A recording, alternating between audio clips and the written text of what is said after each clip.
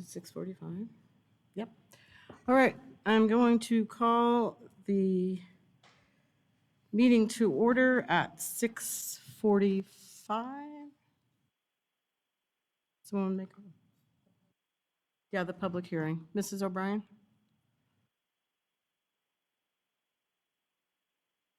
Oh. She I what? move to adopt the agenda. I second. All those in favor say aye. Aye. Aye. Oh. Is that popping up?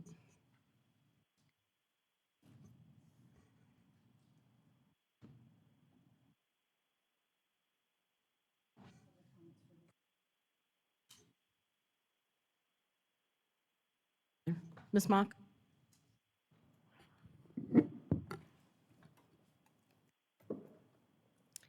President O'Brien, members of the board, and guests. Tonight we are going to conduct a public hearing for the adoption to come in the board meeting following the public hearing for our 21-22 budget and also for our truth and taxation notice adjacent ways for the construction of Elementary 32. We are just waiting for our presentation to come up. As a reminder, we've already reviewed this presentation at the prior two board meetings. This really is the apex event of work that went into the budget starting at the beginning of the 2021 school year. And we will continue to work with this budget and revise it through the 21-22 school year all the way up until May of 22. Part of those processes include working with our negotiated solutions team on salary recommendations and other items for the budget input process. We received information from our stakeholders through the district budget committee, and we continue to report to the public through board meetings for the entire school year. So as you can see at the bottom, this is July 13th, public hearing for our budget adoption. Some of the highlights at that are that we continue our 15% M&O override. There was an increase in inflation. Some of the not so highlights, we are experiencing a decrease in our teacher experience index. But right now we are projecting a decent M&O carry forward at $12.79 million. This is just a reminder of the staffing that we use and all the factors that go into our budget book for the budget that we built that we will take a look at here in a couple slides, but just some brief highlights. It is a slight increase in our general budget limit from FY21 to FY22, and we are expecting a slight increase for inflation, district additional assistance, full restoration. We do have some elementary and secondary schools emergency relief funds, the second iteration of that, or our ESSER 2 funds, grant funds that we've been awarded through the state in order to help us out this current school year as well. We may have some additional budget adjustments coming and then budget carry forward. We will have some decreases, a slight decrease to our override, Group A and Group B weights, all related to our decrease in students. And then the $1 million decrease for our teacher experience index. We said we were going to continue to revise the budget throughout the 21-22 school year, and some of those elements that may affect those revisions are additional carry forward, cash accounts, our reserve balances, any additional federal grants that we might receive, and any staffing changes caused by shifts in our enrollment. And so those could be increases as we see students return to brick and mortar schools in the coming school year, or it could be decreases. So this is the overall picture of what our budget looks like for next year. We are planning on $183 million base support level, continuing our $8.69 million transportation control limit. Our Prop 123 funds are just over $2 million, and $14.8 million in district additional assistance. As a reminder, district additional assistance is our capital, and this year we are keeping $11 million of that overall allocation in our capital fund. The rest we are moving to our M&O to help with our staffing and also to help with our salary increases. Some of the other funds we mentioned are our overrides at $28 million, Again, our ESSER 2 funds, we do use some of our cash accounts to help offset and enhance our M&O budget. We have increased our contingency for FY22 from 1 million to 2 million, and that's just because we are not sure yet what's going to happen with students returning on campus. Again, the governing board earlier in the school year, I believe back in April, through the recommendation of our NST, approved a salary increase of 1% for all staffing groups, and then roughly 2.72 million in one-time payments to be paid to staff in December. We already mentioned the 1 million increase in contingency, and here we've highlighted some of the other changes to staffing. Non-staffing include 12.2 increase in Arizona State retirement from 12.22% to 12.41. That's a contribution that is made on the employee side and the employer side. We did see an increase to our water and sewer costs, so we do have an increase to that utility line. We are seeing a great increase in the cost in our liability insurance, and so we have increased our liability insurance for this school year. Our private tuition increase, and again, mentioning that our capital budget, we're establishing at 11 million for next school year. When we talk about district additional assistance, we always want to make sure that the governing board and our stakeholders know that I think it was the last 13 or 14 years, the state has not provided school districts with their full allocation. And so when we say we're celebrating that we are receiving that full $14.8 million this year, we have been shorted, for lack of a better term, over $115 million in district additional assistance since roughly 2008. So that's what we qualified for based on our student enrollment, but did not receive as the state used district additional assistance as a way to manage and balance the state budget. Overall, changes to the tax rate. We saw an increase to our assessed valuation of 5%, or Prop 117 limits the assessed valuation growth at 5%. We actually did see an increase of our assessed valuation of 5.8% this year, or just over $3 billion, or just to over $3 billion. And even though we don't directly set our tax rates, those are established by county, we work with them closely to make sure that we have the correct amount. And we were projecting a total of, I apologize, I haven't looked at the slide deck recently. We received some initial information from county actually just yesterday, and the tax rate that we projected, we are right on where county is going to set us for the current school year. So we were very pleased with that. Some of the other highlights, cash balances for school districts are no longer considered. And we do have some examples. I think these present a better picture. Primary tax rate for 21-year projected, which feeds our 21-22 school year, is the 3.6771 for primary, 2.3862 for secondary, for a combined rate of 6.06, and I believe county has us right at the 6.06. So we're very pleased with that projection. Just a representation here of what that means for the average parcel in Deer Valley Unified School District. Part of the public hearing, we do also talk about our truth in taxation notice and conduct a public hearing for our adjacent ways tax. This year, we are requesting that the governing board approve a tax levy of $900,000. Last year, I think in the year prior, pretty consecutively, we have asked for $500,000. This year, we are asking for $900,000. This is for the ingress and egress for the construction of Elementary 32. Overall, that's going to be a tax of $2.5737 per $100,000 per home for the entire year. So if roughly you had a $200,000 home, it's going to be just over $5 for the entire year for us to be able to have that and to be able to give safe ingress and egress to Elementary 32. Mrs. Mock, could you please just explain adjacent ways and give an example so everyone can understand what that means. I may ask Mr. Miglerino for his assistance with this because it really is for construction and limited to the safe ingress and egress of our properties. It doesn't necessarily have to be a new property. That's just what we're asking for at this time. We can use it for our existing properties as needed as well. And I will let Mr. Miglerino add any pertinent information. Yes, so as Ms. Mock mentioned, it is for the new elementary school.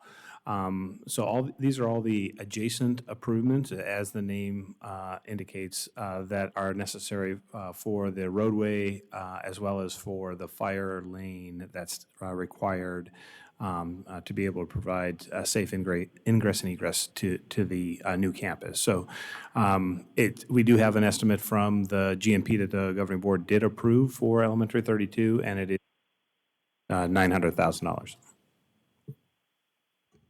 Thank you. I just wanted everyone to understand what adjacent ways meant.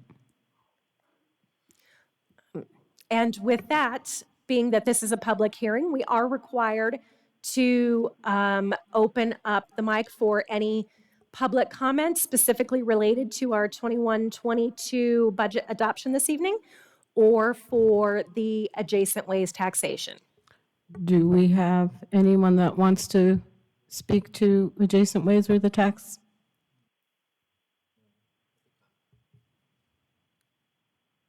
I think that's a no. Board members? Mrs. Orbe? Oh, yes, Mrs. O'Brien. Since this is a public hearing, I would call for us to adjourn. If there's no public that wants to comment. There are no public that wants to, so we make a motion to adjourn at 5 to 7, I think it is. So moved. Or excuse me, 7:50 or 6:57. So moved. Second. All those in favor? Aye. Aye. Aye, and there's no nays, so we have concluded this meeting and getting ready for the next. 3 minutes.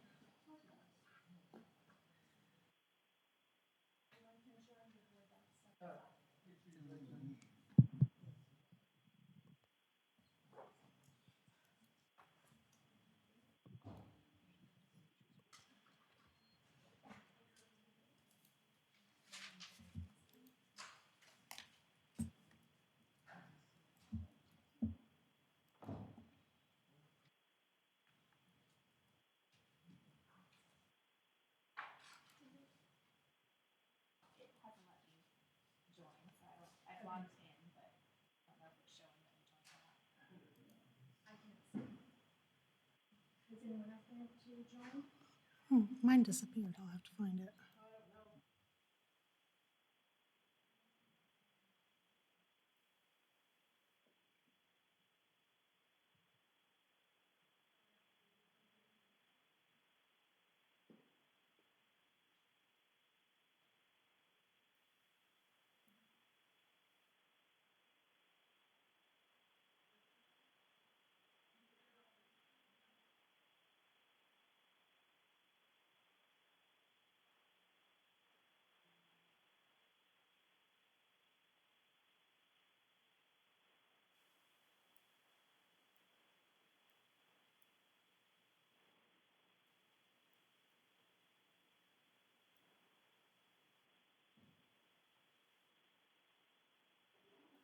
As Mrs.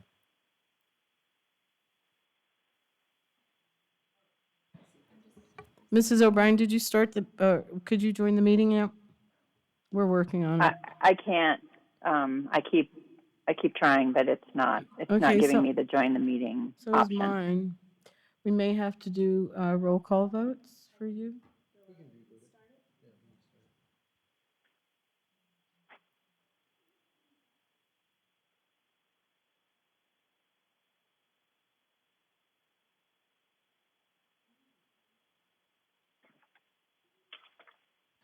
Mrs. O'Brien, Yes.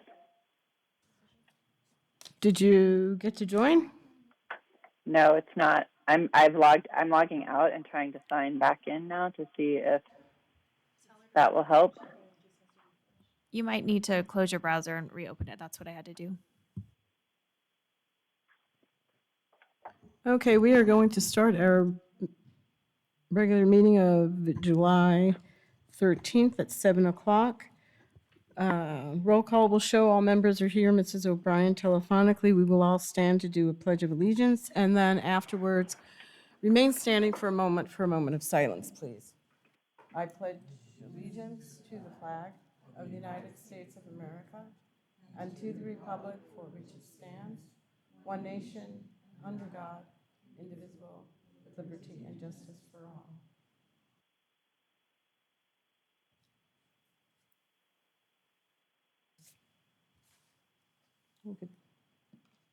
We can sit now.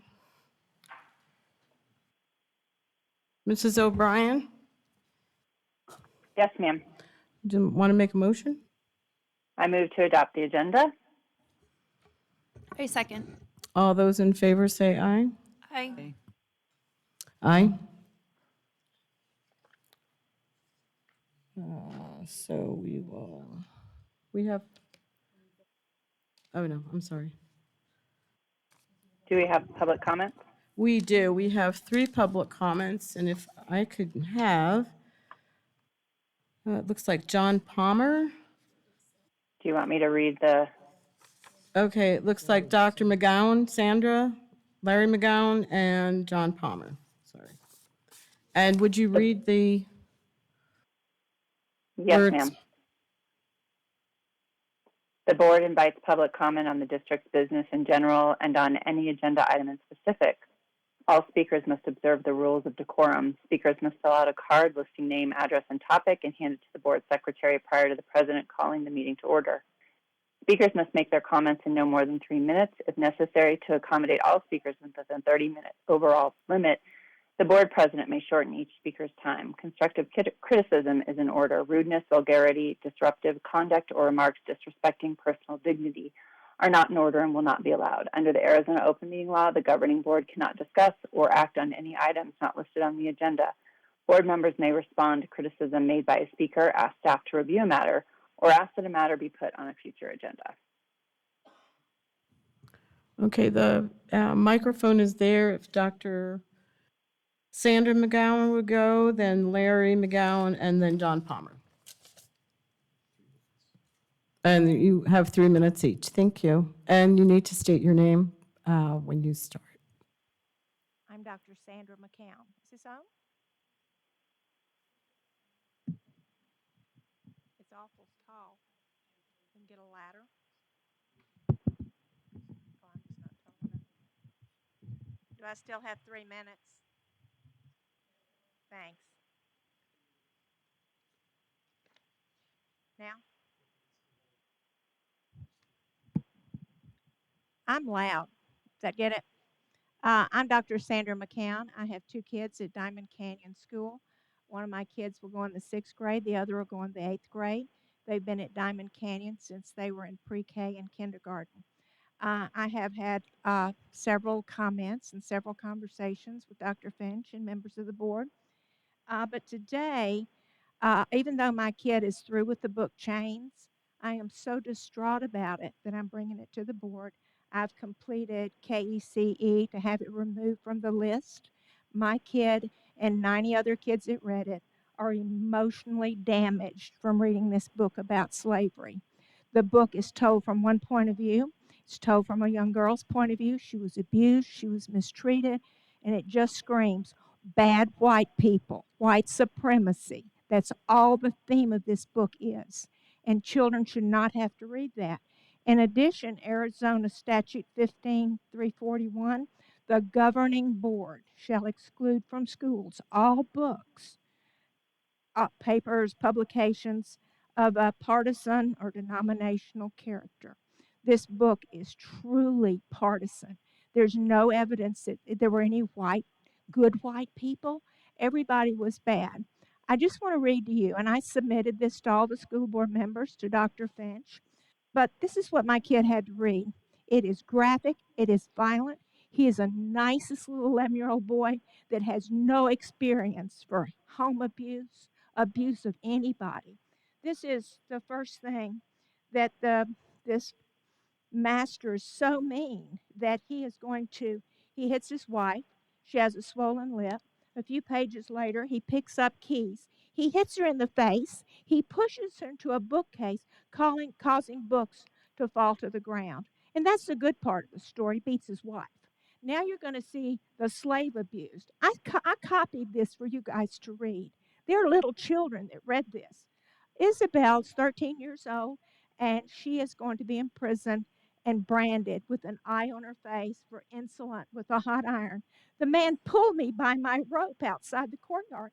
After 2 days in the dungeon, the noonday sun scalded my eyes. I stumbled, but I did not fall. Whatever you do, the man told me, don't scream. That's what they want you to do. So the white supremacist, now he's going to make the iron hot. The man pushed the hot metal against my cheek. It hissed, it bubbled, the smoke curled under my nose. They cooked me, the little girl says. The man stepped back and pulled the iron away. The fire in my face burned on and on, deep through my flesh, searing my soul. No child should read that. It is emotional abuse. Thank you. Mr. McGowan? Oh, there it is.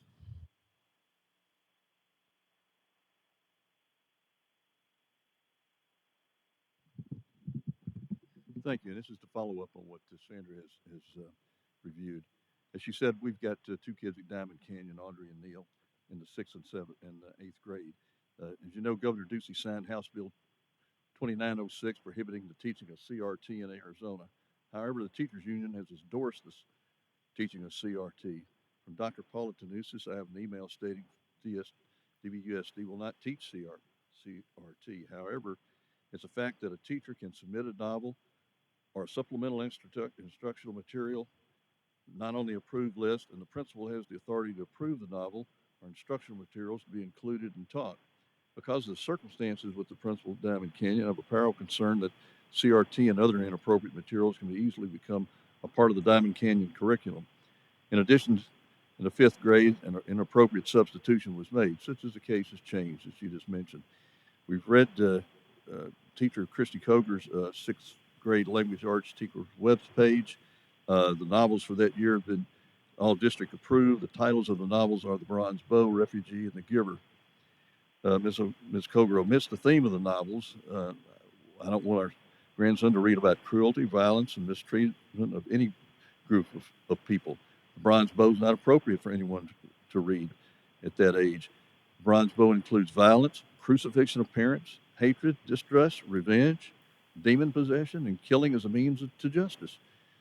Neil won't read The Giver. The Giver because it has violent sexual passages in the books discusses infanticide, euthanasia. The discussion of these topics is totally inappropriate. As far as the refugee, the other book, it has themes and circumstances around Nazi Germany, trauma, injustice, cruelty, bombing, and drowning. And we're requesting alternative assignments to these novels. The 8th grade teachers do not have instructional materials, standards, or text identified on their websites. Ms. Wyden does not list instructional materials or resources for science. There's nothing listed in the 6th grade social studies. However, I'm certain that the DVUSD curriculum department has a list of approved resources. We don't approve them reading these 8th grade selections as well. As indicated in ARS 15102, it provides the opportunity for parents to review all instructional materials. Parents have submitted a written request for the information pursuant to this section during regular business hours. And it goes on. You know, you can read this yourself. Just accept this as the attachment to our email that was previously sent. In the 6th grade language arts, they indicate that all articles be used for standards instruction come from the district adopted curriculum from Common Lit, News ELA, and ReadWorks. The 6th grade math sources are identified. Of particular concern are the construction materials that will be used to teach sixth grade. Your time is up, and I'm going to ask Dr. Finch to have Dr. Galligan get in touch with them so they can understand how to have an alternate assignment. Thank you. Right, and they'll get to you, but your time is up, so we want to have our next speaker.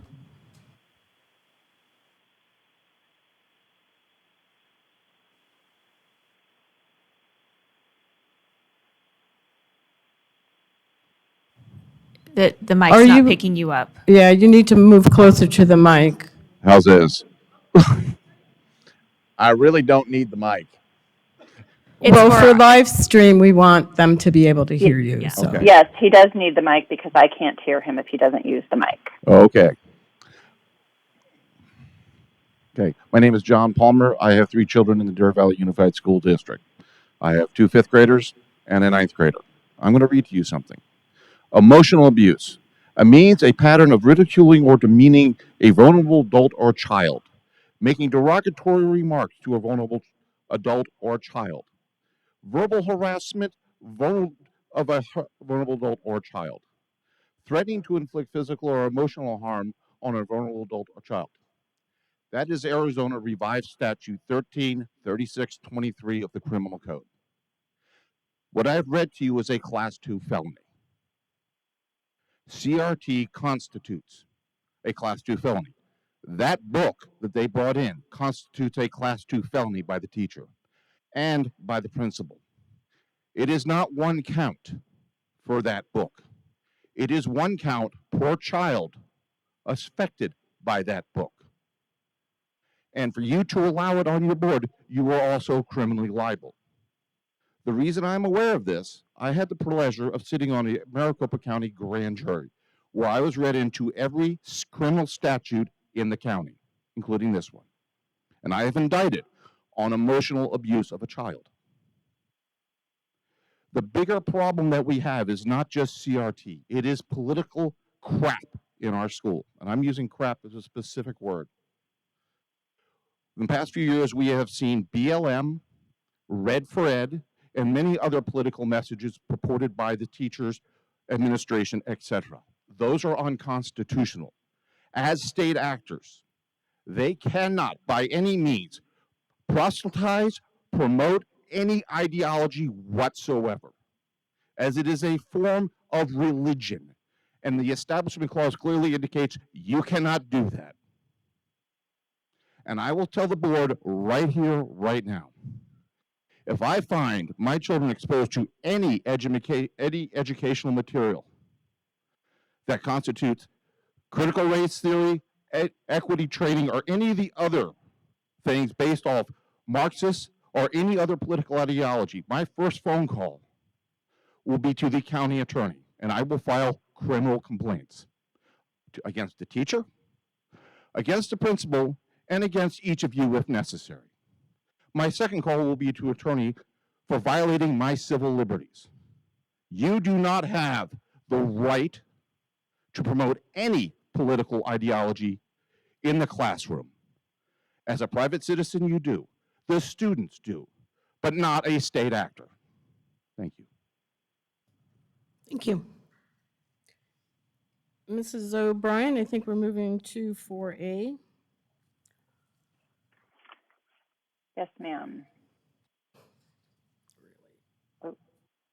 I move that the governing board accept the administration's recommendation for the principal of the Aspire K6. And I apologize if you would please say her name, Mrs. Ordway.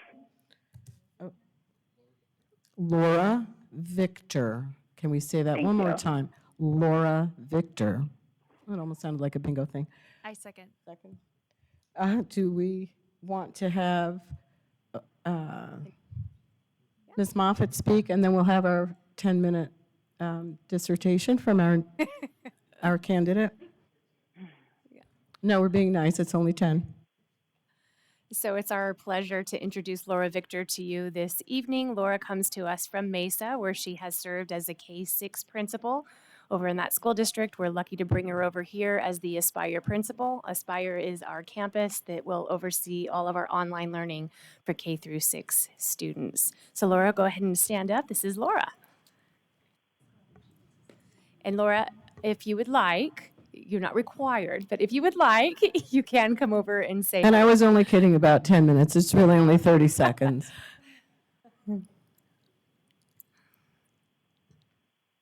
I just want to let everyone know how, Madam President and governing members of the governing board, thank you so very much for, I'm very excited to be a part of the Deer Valley family. So thank you for having me.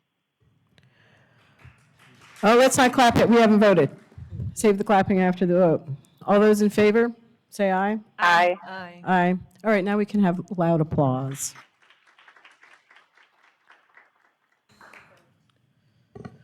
And I do need to vote. Okay. My computer keeps shutting off. Mrs. O'Brien, can we move to Yes, ma'am. our next? I move that the governing board approve the administration's recommendation of termination of employment from the Deer Valley Unified School District. I second. All those in favor, say aye. Can I explain my vote, Mrs.? You absolutely may. Okay. If you were following along at our last board meeting, one of our fellow board members had some questions and brought some concerns forth regarding the legality of our policy. And so I think it's really important that when one of us brings forth those questions that we meet with our attorney and seek legal advice. And we did so before this meeting. And the advice that we got from our attorney was that our policy was followed, and that's what we were going to look for. So when I vote, that is what I'm voting on, is that we have upheld, whether or not we have upheld our policy. So, thank you. Anybody else want to explain their vote? Ms. Paperman? Mine as well. The question I brought forward was not regarding whether it was legal. It was regarding the fact that I cannot terminate an individual when I have inadequate information to do so. I take it very serious that losing your job or gaining a job is so impactful to the life of an individual and their family and everyone around. And so my concern at the last meeting was that we had to have adequate information to make a meaningful decision, because it is the board who is by statute responsible for all terminations and hires. So the concern was that, not so much how our policy is written. And because of that, I could not vote in that meeting with inadequate information. We did get clarification that our policy was followed, but without additional information, we followed policy. Mrs. Paperman? Okay, so I would like to say, as a teacher working in a district, we do have a process and we do need to follow policies. At the site level and district level, there's investigation, and I have learned when meeting with the attorney that our job as governing board is to get whatever information we get from the district superintendent. It's now our job to investigate and get information to see why this person is going to be terminated. So I know working in education for 18 years, we always have a process, and we do have opportunities to voice if we need representation or to discuss, to defend ourselves. But once it gets to the point that it goes at the district level, all those steps have been taking place. So we have a policy that we're following and we have put in place. And this is why, how we're going to vote today. Thank you. Mrs. O'Brien? Thank you, Mrs. Ordway. I'd like to explain my vote as well. I agree that when a board member has questions, and it's important for us to get additional information. We did receive that additional information this evening from our attorney. Furthermore, per statute, it is the governing board's job to hire or terminate a superintendent, because that is the only employee that reports directly to us. And they make recommendations to the governing board for all the other employees that report to them, the superintendent in the district. And this employee is an at-will employee, and we all received the same information regarding the situation. And so with that, I will be voting aye. I wanted to, I'll explain my vote. I believe that we need to follow our process and policies. They're there for a reason. That was part of a negotiation with our classified employees. We don't change policy when we have one single instance, because then we set a precedent that we don't need to set. So if we have a will to change that negotiated policy at the proper time, we would do that, but we really don't have a right to change the policy in midstream. So I'm going to be voting aye. Everybody? Mrs. Fisher, Ms. Paperman, and Ms. Reed, Ms. O'Brien, have we all voted? I'm voting aye. I did. 4 votes? Who hasn't? 4-1. Okay, so moving on to the next item, Mrs. O'Brien.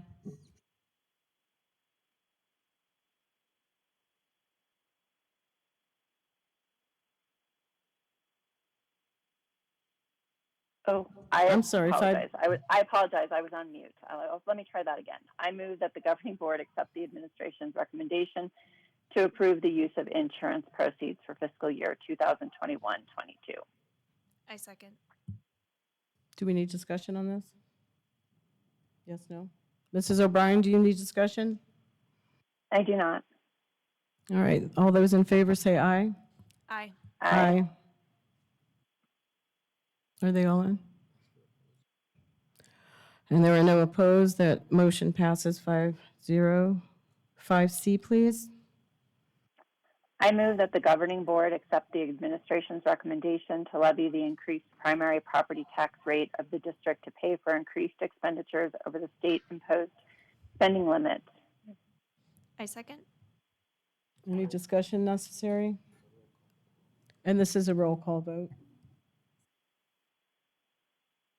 Mrs. Fisher, would you go first, please? Several years ago, I sat up here and I supported the adjacent ways, and we had a long discussion about it. And Ms. Tweedy pointed out to me after the meeting that we tax in board, we tax in bonds, we tax in overrides, we tax. And I know that any proceeds not used will go back, but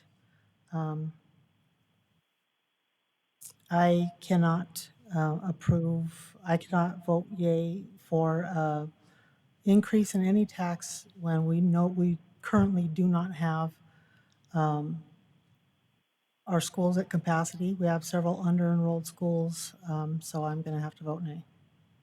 Mrs. Paperman?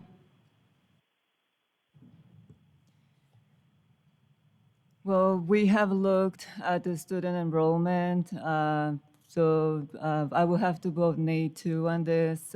We still need to work to make sure that we're not going to have empty schools if we're going to be investing in those schools.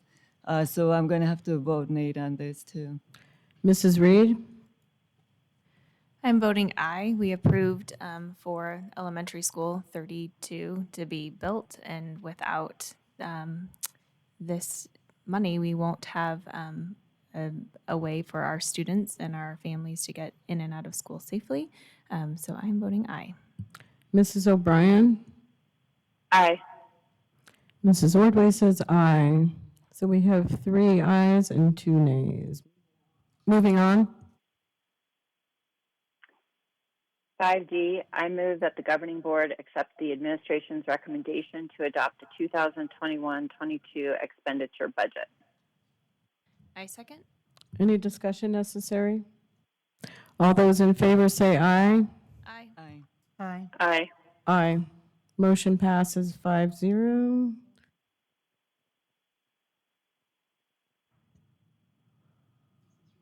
Mrs. Reed, yours didn't go through. Okay. Mrs. O'Brien, we are on consent agenda. I move that the governing board approve consent agenda items 6A through 6J. I second. All those in favor say aye. Aye. Aye. Aye. Is that 5?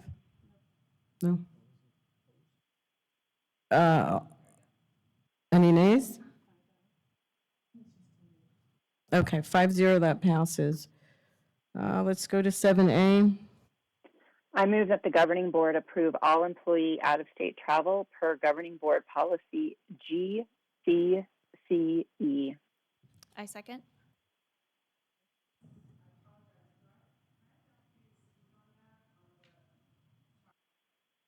No.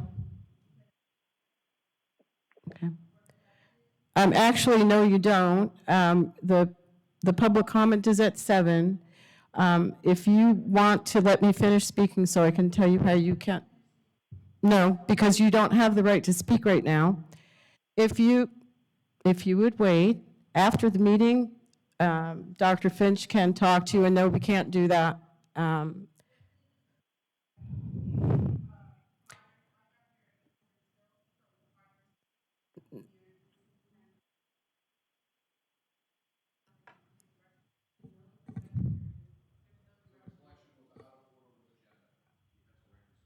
I don't,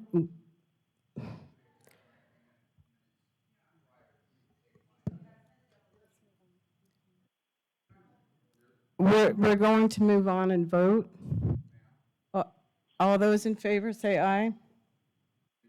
Aye. We didn't run the meeting out of agenda. Did you vote? Ken? Mrs. O'Brien, did you vote? I did. All right. Did it go through? It went through 5-0. Moving on to Okay. 7B. B. I move that the governing board accept the administration's recommendation to pre-approve the agenda as presented. I second. All those in favor say aye. Are we Aye. going to discuss it all? Oh, I'm sorry. I just ahead. really want to make a note. I generally always supported them. I know that we have a lot of tasks that are done within school districts that are outside of the scope of individuals' contracts, and that's why addenda is used and it's important. But I am a little concerned. Looking at this addenda this time, we have $97,798 at the district office. And at the end of every job description is other duties as assigned. I question whether or not addenda is being used to just increase salaries. And so I am very concerned at that level of addenda. I just want to ask, because there were a couple of things I had questioned. Did you have specific addendas and ask questions about them? I don't have that opportunity. You can't email? This is my opportunity to ask questions. It's pretty much the only opportunity I have. And so that's why I brought it here. I am not trying to nitpick, but a lot of them are coaches or I guess I could expand my thing and pull them out exactly what they are. My concern is some of them, like there's one for a copier manager, and I know we have people who work in that area. It is not a small amount. It's a $10,000 addenda. There are several others that are, I guess maybe my confusion is, having worked in district offices before, as an administrator in a district, I went to campuses and I coached teachers. I taught teachers how to keep their certification. Whatever it was, it doesn't make a difference. But it was a part of other duties as assigned. It was a part of what my job is. I am curious if we are truly, if this addenda is valid and we truly need it, then is there a potential that we just correct job descriptions and make it a part of jobs?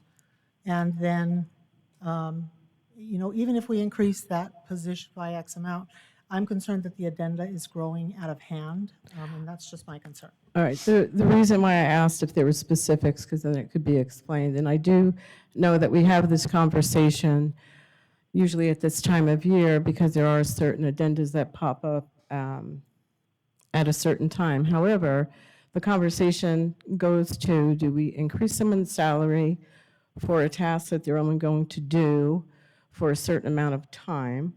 Or is this something that becomes part of their task? So I think if we, or if you could categorize some of them, we I can can have a bring 'em. study session and understand if they are a small time frame or if it's going to be something that they do. The board would like to have a study session, we can discuss it. I would be more than happy to kind of pull them. I would like to understand. I don't ever want to deny our staff a payment for an extra duty if there is truly an extra assignment, but I want to make sure that we are being fiscally responsible, and it was the sheer volume Right. that I just can't support that without additional data. Yeah, and I had questions too. That's why I wondered if you had specifics. And Mrs. Reed, I'm going to ask Mrs. O'Brien first. Mrs. O'Brien, Yes, ma'am. did you have anything to add? Yeah, I would support having a discussion about our addendas and where they're going. Mrs. Reed, thank you. I was going to say the same thing. Since these are pre-approvals, they have to be brought back to be officially approved. So if that's something that you feel comfortable doing, we have that discussion before it's brought back. No, the way this was set up is that we approve it now and it's put in consent later because it's almost a guaranteed. We want to make sure somebody is a guarantee before they do a job. And that's, so it's kind of the only opportunity. But we don't have to put it in the consent agenda. Vote on it later. It doesn't necessarily have to be put in there. So are you asking that we table this, or are you asking that we vote on it, or what is your ask? I'm expressing what my concern is. I am voting nay on it because I don't have adequate information to vote for it. I don't expect any other board member to follow what I'm doing. If they have questioned or know what these are. I think the discussion I would like us to have is so that we're not stuck in this or in the future. I think we just have to have a better idea of what addenda. We went through a lot to get it to where we had the pre-approvals and then the post, because we wanted to make sure that employees did not do jobs without a guarantee. So my purpose is not that we derail it. I personally cannot vote for it, and the discussion is something different because it's an overall of addenda. So if other board members are good with voting for it as it is, they may have a different reason or different knowledge. I have no problem with that as well. Okay. With that, I'm going to call the vote. All those in favor say aye. Aye. Aye. Aye. All those against say nay. Nay. I don't have it. 4-1. Go ahead, Mrs. O'Brien. I move the administration sorry, let me try that again. I move that the governing board authorize the provision of 2 weeks up to 80 hours of COVID-19 related sick leave at the employee's regular rate of pay to employees who are experiencing COVID-19 symptoms and are seeking a medical diagnosis or who test positive for the COVID-19 virus and are in self-isolation and cannot telework due to illness or their job duties, or who are assigned by Human Resources to quarantine due to close contact with someone who has tested positive for COVID-19 and cannot telework due to their job duties. I second. Ms. Moffett, if you want to go over that, I think this is a really good thing for our employees. Thank you for putting this together. President O'Brien, Vice President Ordway, governing board members, this is a request to the governing board to extend the timeline that the district would grant this particular leave. As a quick recap of history, previously we had a leave called FFCRA that we provided, but it expired. So the governing board approved the leave that you see in your executive summary now. It did expire at the end of June. Because we will need to continue to practice quarantine and self-isolation into this next year, and we anticipate that occurring, we ask that the board extend this through December. One point that I do need to make is in here you'll also see that if an employee has already exhausted their 10 days, either under FFCRA or underneath the COVID-19 leave, that they would not be eligible. This is a continuation of this exact leave. That I understood when I read your rationale behind. Anybody have questions? Mrs. O'Brien? So I do, so this is a continuation of, the leave. So anybody who has had COVID or who has been quarantined up to this point is no longer eligible? President O'Brien, they would no longer be eligible, already utilized their 10 days. A good portion of our employees, about 3/4 of our employees, can typically continue to work from home while they are under quarantine or in isolation. But there are employees in our system that can't perform their job duties from home. And so this leave is very important to those people. But if any of those people have already utilized 10 of their working days under this leave, then they would be not eligible for an additional amount of time. And do we know how many employees are not eligible or who have already used their time, I guess would be a better way to phrase that question? President O'Brien, that is information that we could find out for the board. Okay, thank you. Ms. Fisher? So, because this was originally approved before we were on the board, so I really not sure my head's wrapped around it yet. So let's say someone goes out, do they hit their sick leave first, or they hit this first, or they only hit this when it's COVID versus the, what's the pathway? If an employee has been quarantined or put in isolation from human resources, we have asked them to do either of those things, then they are eligible for this leave first. So it's not them calling in sick. It's you saying, look, you've been exposed, you need to be separated. Correct. Okay, that makes sense. What funding source is this coming out of? One of the federal funds for the COVID? extension? I'll kick that over to Ms. Mock. Yes, we plan on using, most likely it's going to be our ESSER 3 funds. Okay, all right, thank you. Any more questions? All those in favor say aye. Aye. Aye. Aye. And there is no opposition, so that passes 5-0. And that will take us now to governing board reports. Mrs. O'Brien, would you like to go first? I have no report this evening. Why, thank you. Ms. Fisher?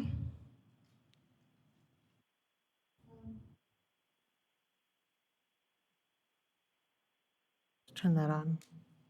I'm not sure, again, this is probably a smart aleck comment, I shouldn't say it, but I'm not sure if there's a book out there on how to manipulate things and if someone's read it, but I just feel like I've been hit by it so much in the last 8 months. But this last week has been a real culmination of what I've been experiencing. I have told individuals that I bring these things to the board meetings as a discussion at a board meeting. I don't think they realize this is the only opportunity I have to do so. That's it. There is no other avenue for me. So if it offends you that I bring it here, I apologize, but this is pretty much the only avenue I have, okay?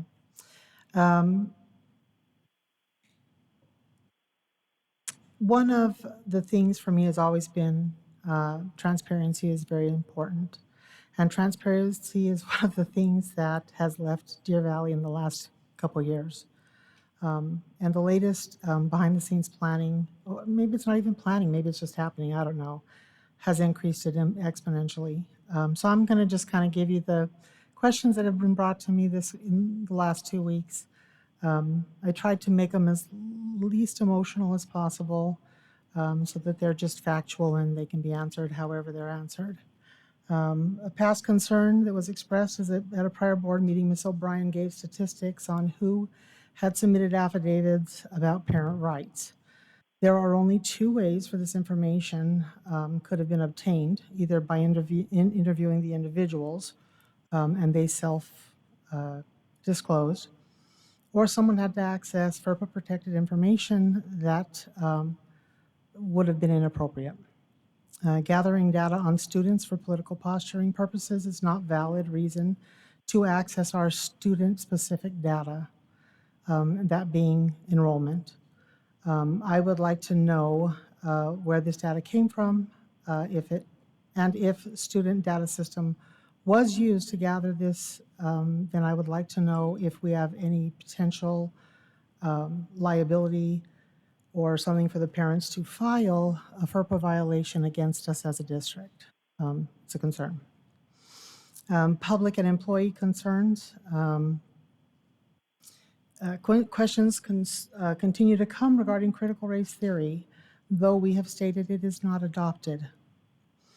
This has increased because one of our teachers is on a list of individuals who signed some pact that they're going to teach critical race theory regardless of what is adopted or what laws are passed.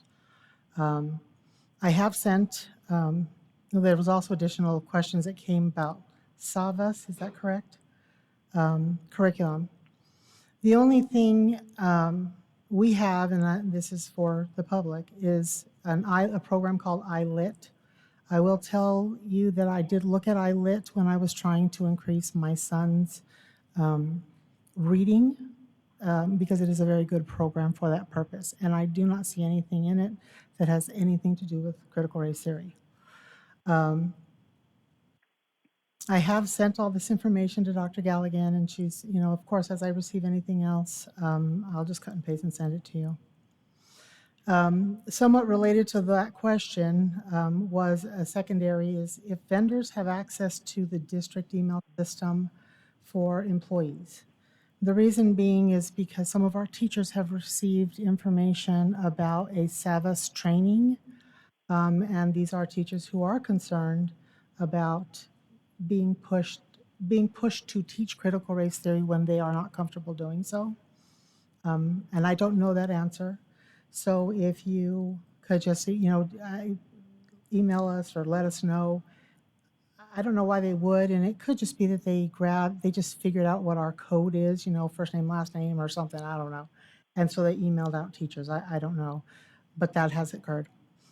The final question that I have received were directly regarding quarantining, and if that would be continuing. It is my understanding that the reason we are able to quarantine individuals is because we as a state are still under the state of emergency. And that state of emergency allows for quarantining, even though that should be in the least restrictive way.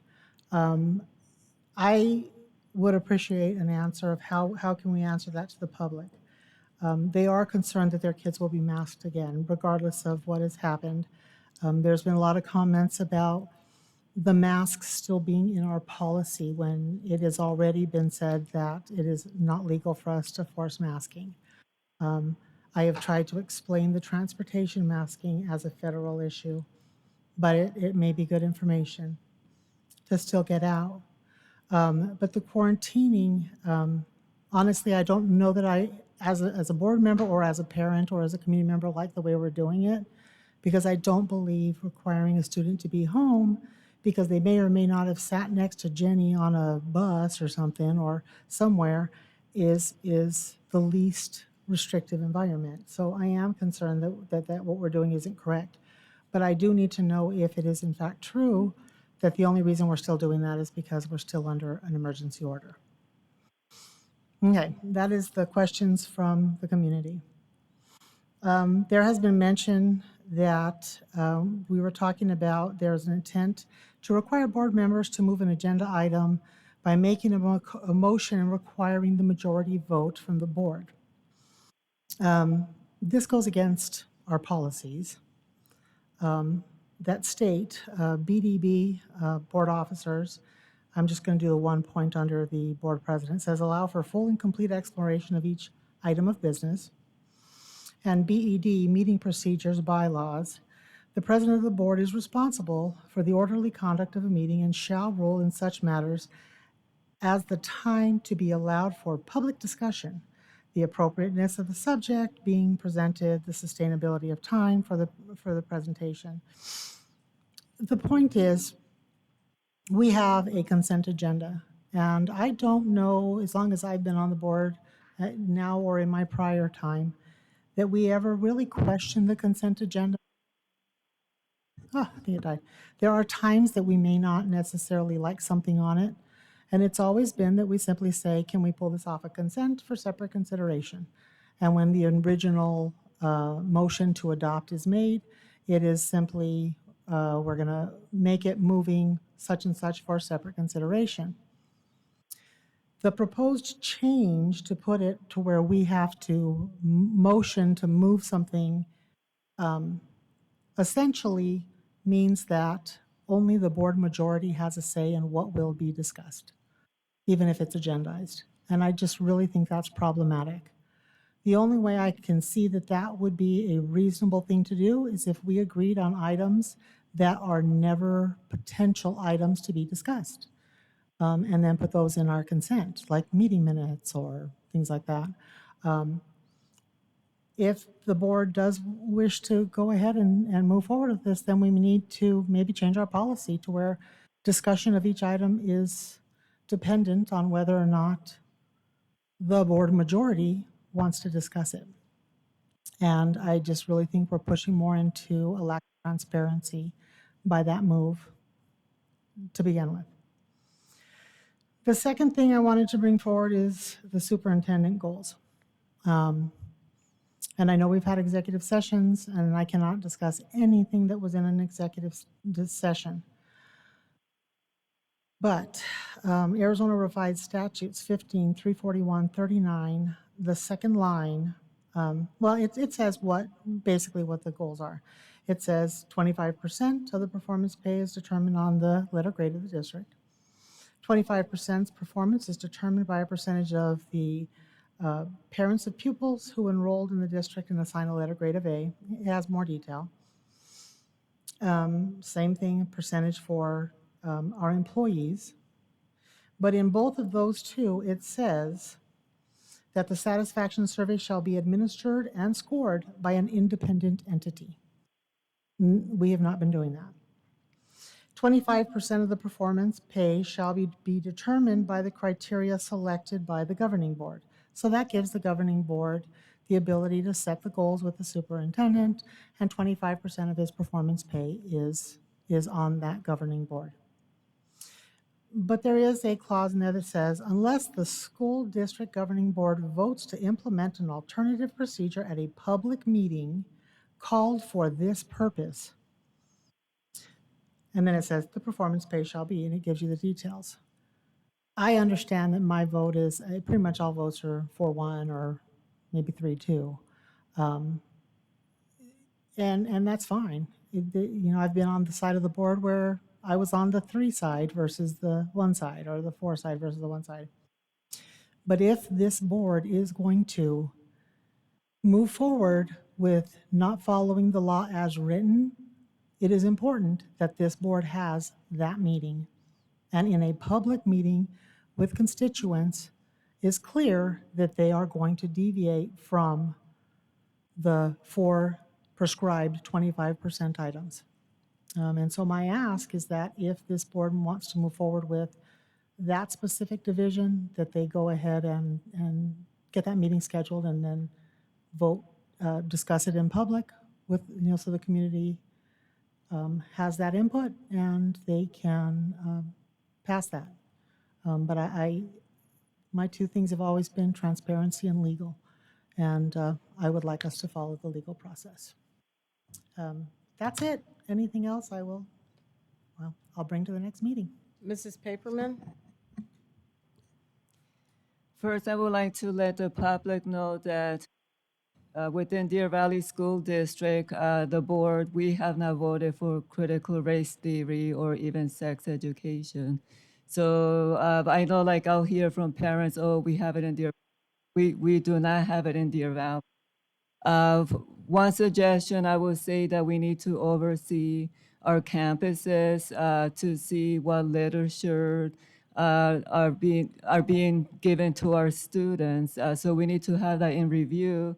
I know as a teacher, when I provide in the upper grade levels, if we're going to be using a book, we actually had to have the parents be aware of those books that they're going to read, and they had to sign a form.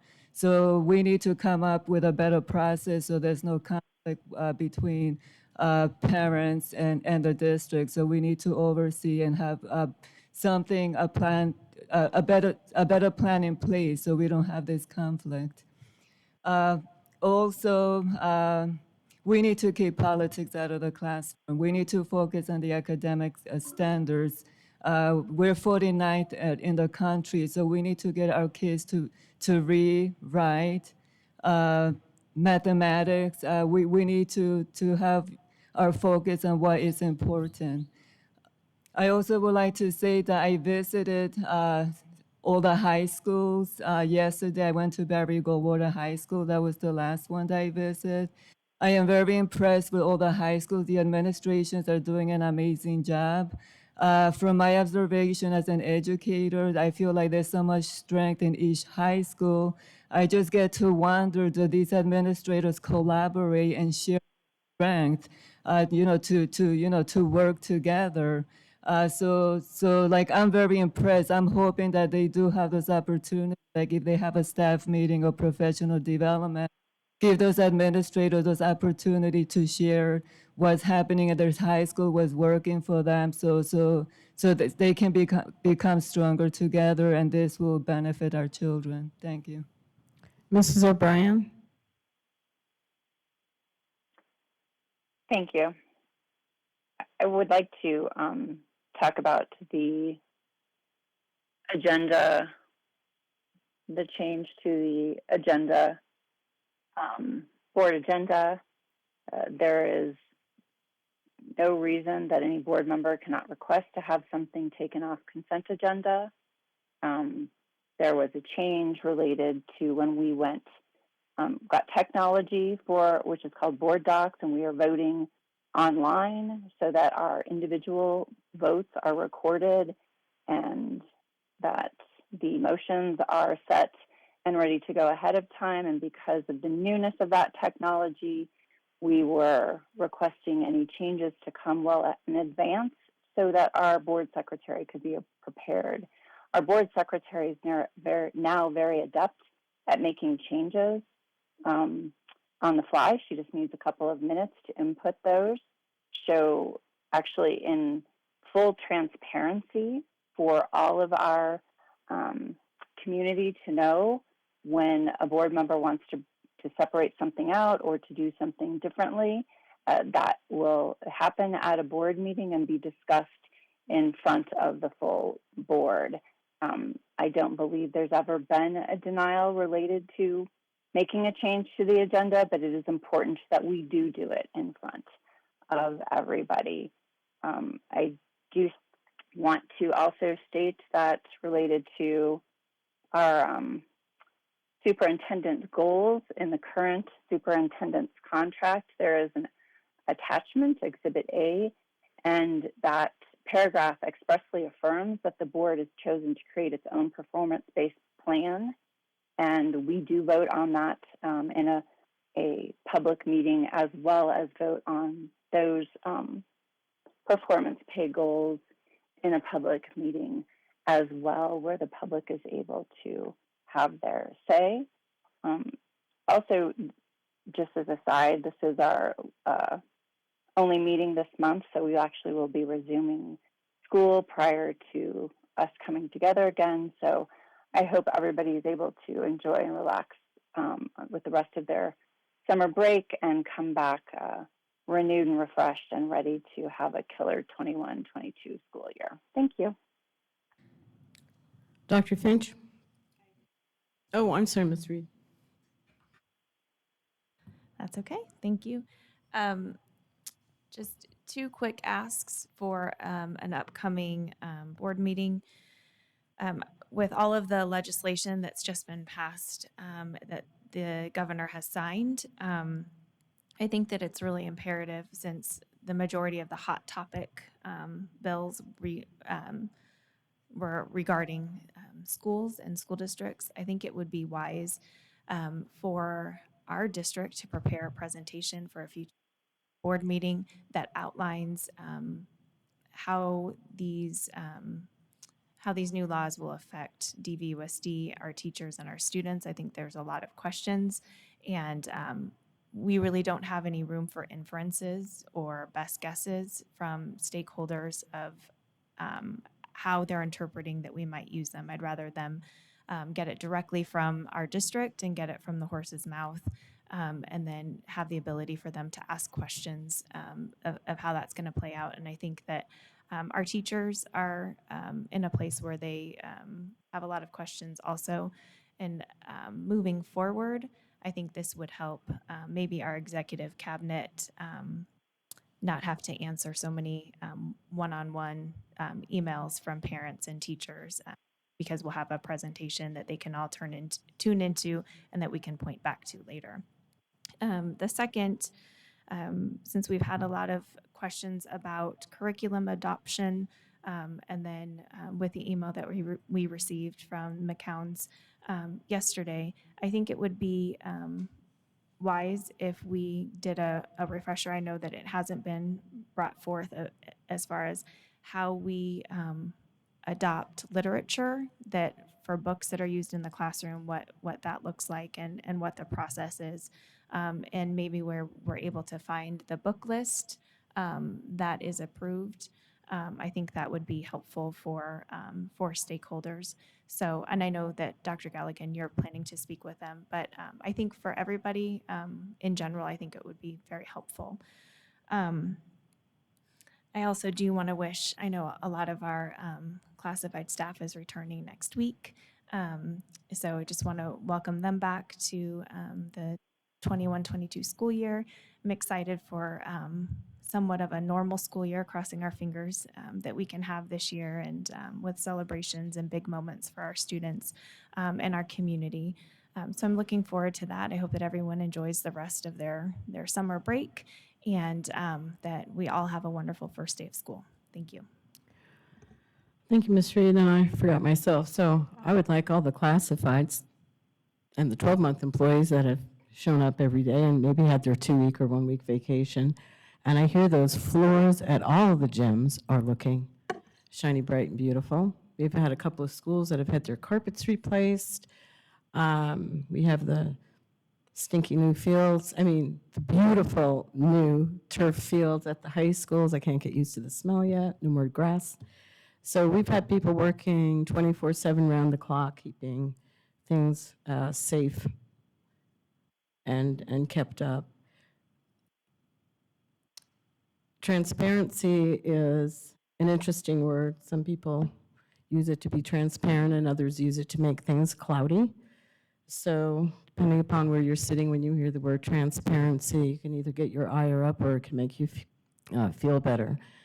We're on a board. We've got 5 different people. They have 5 different lenses. The lenses, I believe, are all based in making sure our children have the best of what they can be, whether we agree or disagree how we get there. I do believe that we're all based in that. So with that, Dr. Finch, you have a report? Just a couple of items. I will be sending you the ASA summary of the bills, and it actually was, I just got it today. It was really good, and I think I forwarded it to my cabinet. That will help. I do agree with Ms. Reed that we can throw a report in there for the public and listeners at a board meeting. That would be good to walk through it, because obviously the legislature, which kind of brings me to my second point, school districts in general are in the middle or between the legislature and Dr. Sunshine, who runs the Maricopa County Public Health Department. There are two different trains of thought, and districts are in the middle. That's not news to you. It happened last year, and it's happening this year as well. So we're looking forward to another year of kind of figuring out as we go. We have good processes, good procedures, and we'll continue to be consistent. That's what we're good at. That's what Deer Valley is famous for. And so we'll continue to do what's best for students and be a contributing community member. There was a question about whether if we used our system to find out if filers against us are parents or not. That's totally legal. Where it would be illegal is if we mentioned their names in public or gave those names to anyone. That's been a common practice, obviously, around all of NEVIC. They're finding that many of the filers don't even have students in their system. That's it for my report. Looking forward to a good start of a school year. It should be another good one. We have future governing board meetings, and with that, I have a motion to. Go ahead. I move to adjourn the meeting at 8:01 p.m. I second. All those in favor say aye. Aye. Is that 5 ayes? Well, meeting's adjourned. You don't have to stay anymore. Unless there's somebody that's got ice cream.